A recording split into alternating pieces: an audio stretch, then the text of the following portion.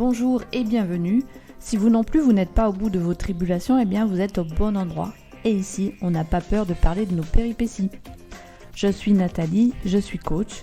J'ai un couteau suisse d'outils en poche et je vous partage, en toute simplicité, parfois avec des invités inspirants, des trucs et astuces pour mieux vivre toutes ces aventures, tous ces aléas qui peuvent être tout aussi grisants que nous mettre un genou à terre. Alors comment se relever ? Comment faire face ? Bien, vous trouverez pas mal de réponses dans ce podcast parce que nous aborderons toutes les sphères de notre vie, nos relations avec les autres dans le domaine professionnel ou privé, et aussi toutes ces facettes de nous-mêmes qui nous jouent des tours parfois et qui peuvent nous entraîner dans des histoires qu'on était loin d'avoir imaginées.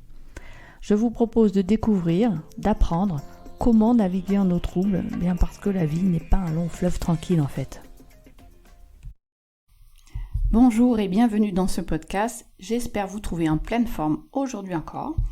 Et comme je vous l'ai annoncé la dernière fois, je vais vous parler aujourd'hui encore d'énéagramme et je vais vous parler des centres. Alors si vous n'avez pas eu l'occasion d'écouter l'épisode précédent, eh bien dans l'épisode précédent, je vous parlais des typologies, des différents types dans l'énéagramme, évidemment de façon, succincte et j'espère facile à comprendre. Et peut-être que vous avez pu, ou en tout cas si ce n'est pas encore fait quand vous allez écouter l'épisode, j'espère que vous avez pu commencer à répondre à certaines questions et peut-être que ça commence un petit peu à se dessiner pour vous. Et si vous avez encore des doutes, eh bien le meilleur moyen de savoir où on se situe dans l'énéagramme, c'est déjà de commencer par ces fameux centres. Alors pourquoi je vous parle des centres ?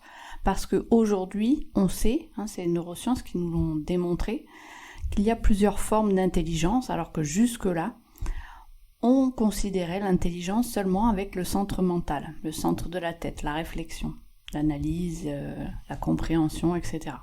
Or, on sait aujourd'hui qu'il y a différentes formes d'intelligence et l'énéagramme regroupe ça déjà dans cette répartition sur 3 centres, évidemment avec tout ce qu'il y a comme subtilité, comme couleurs différentes, comme en fonction aussi effectivement des typologies, eh bien il y a des petites nuances qu'on va pouvoir trouver dans ces formes d'intelligence, mais on a quand même cette répartition sur 3 formes d'intelligence différentes.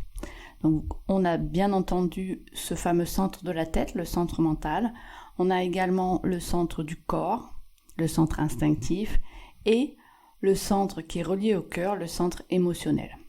Donc, je vais commencer par vous expliquer brièvement les 3 centres, puis après je vous donnerai des exemples de la vie courante, 2 exemples notamment de la vie courante, pour vous permettre peut-être d'affiner un peu votre compréhension et de savoir où vous vous situez. Ça va vous aider à définir cette typologie, comme ça vous pourrez vous dire, bon bien si je suis dans le centre mental par exemple, ça veut dire que je suis dans une typologie où je fonctionne essentiellement dans une typologie 5, 6 ou 7 par exemple.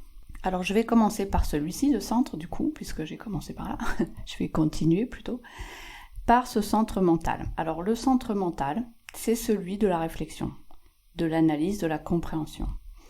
Les personnes qui sont dans ces 3 typologies, 5, 6 et 7, sont des personnes qui vont analyser les situations pour rendre le monde plus sûr, en fait, le monde extérieur plus sûr, leur monde à eux plus sûr.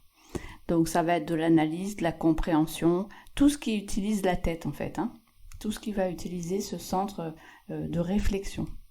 Ensuite, on a le centre corporel, le centre instinctif. Donc le centre instinctif, ça regroupe les typologies 8, 9 et 1. C'est pour ça que souvent dans l'énéagramme, on ne commence pas forcément par le 1 dans la description, mais on va commencer par un centre, donc on peut commencer souvent par le 2.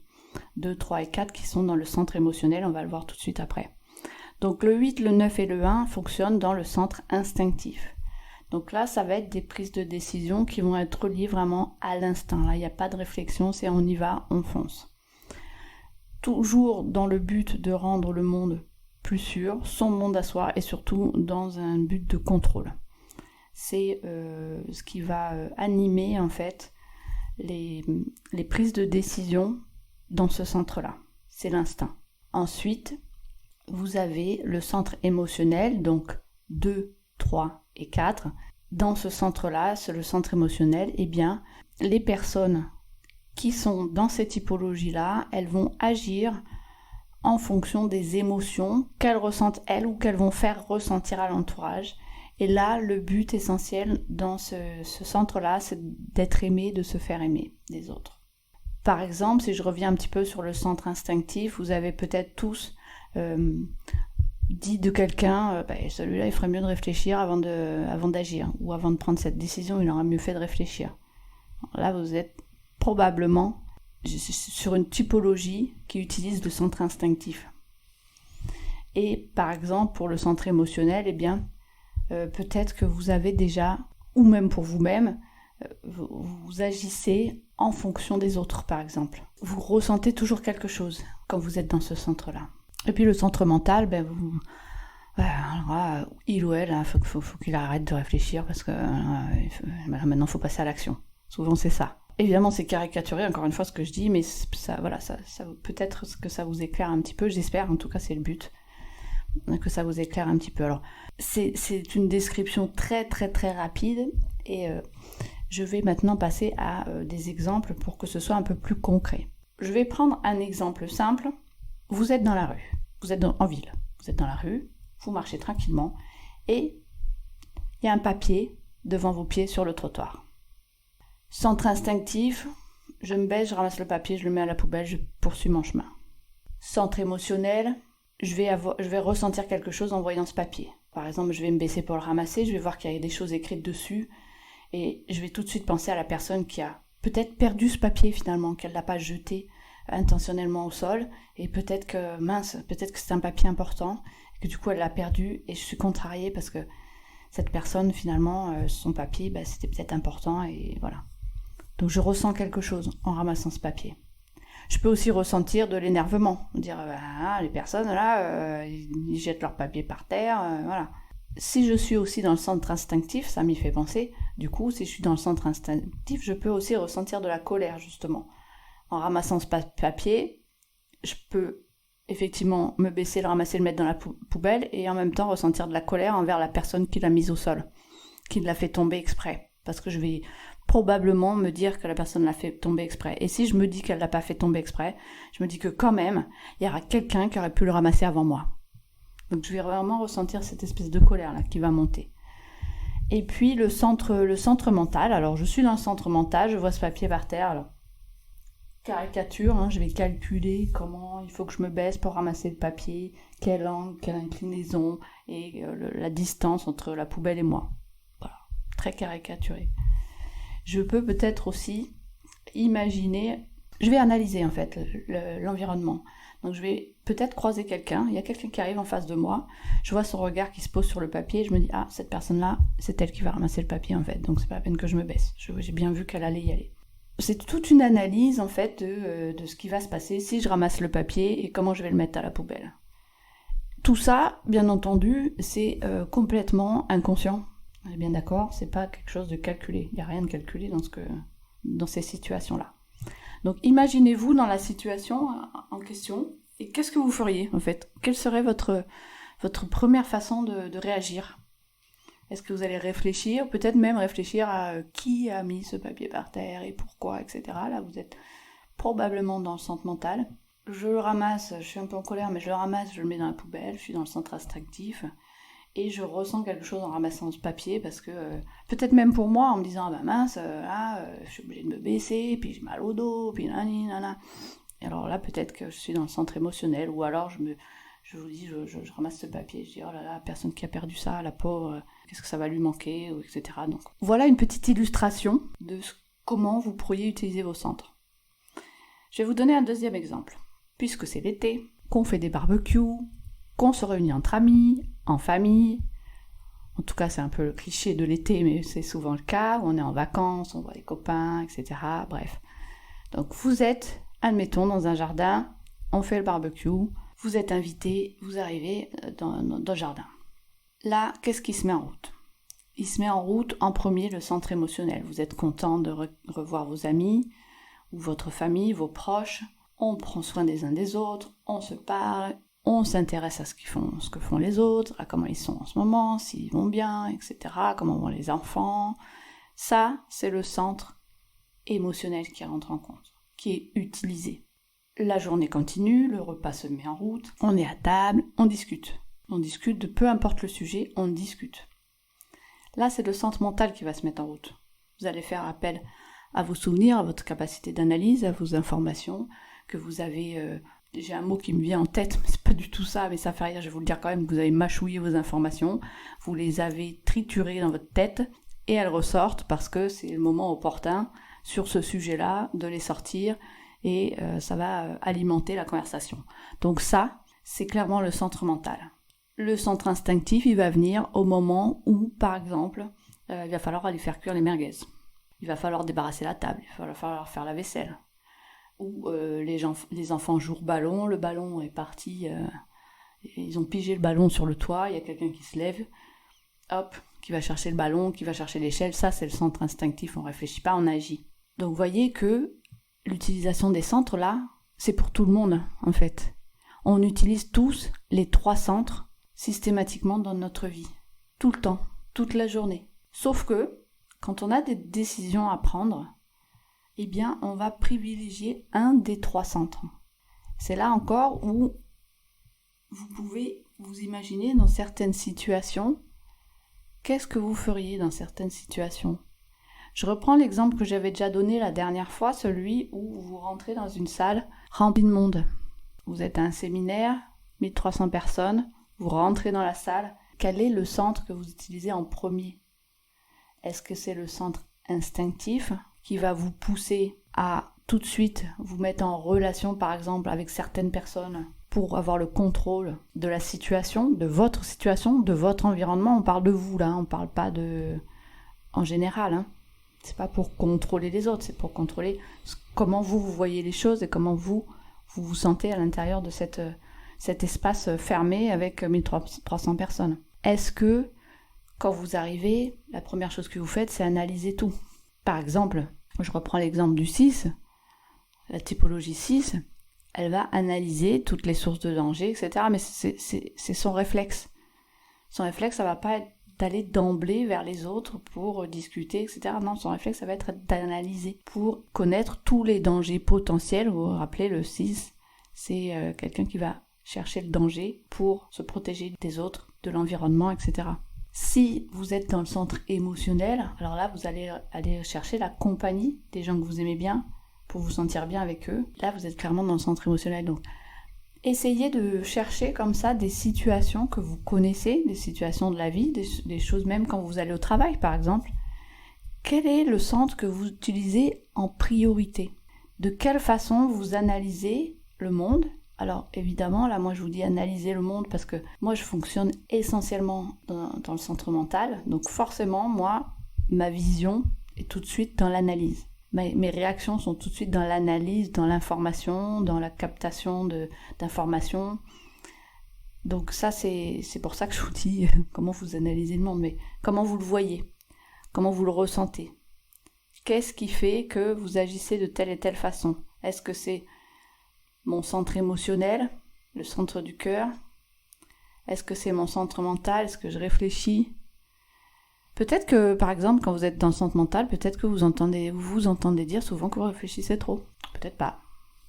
Si vous réfléchissez pas trop, peut-être qu'il y a des gens qui vous disent « Non mais toi, t'es trop émotif ». Ou peut-être qu'on vous dit la prochaine fois, tu réfléchiras avant de faire ceci ou cela. Vous voyez un peu les nuances ? Vous voyez un peu, j'espère que vous comprenez un petit peu le sens de tout ça. Pourquoi je vous amène là ? Parce que vraiment, ça va vous permettre d'affiner encore votre connaissance de vous-même.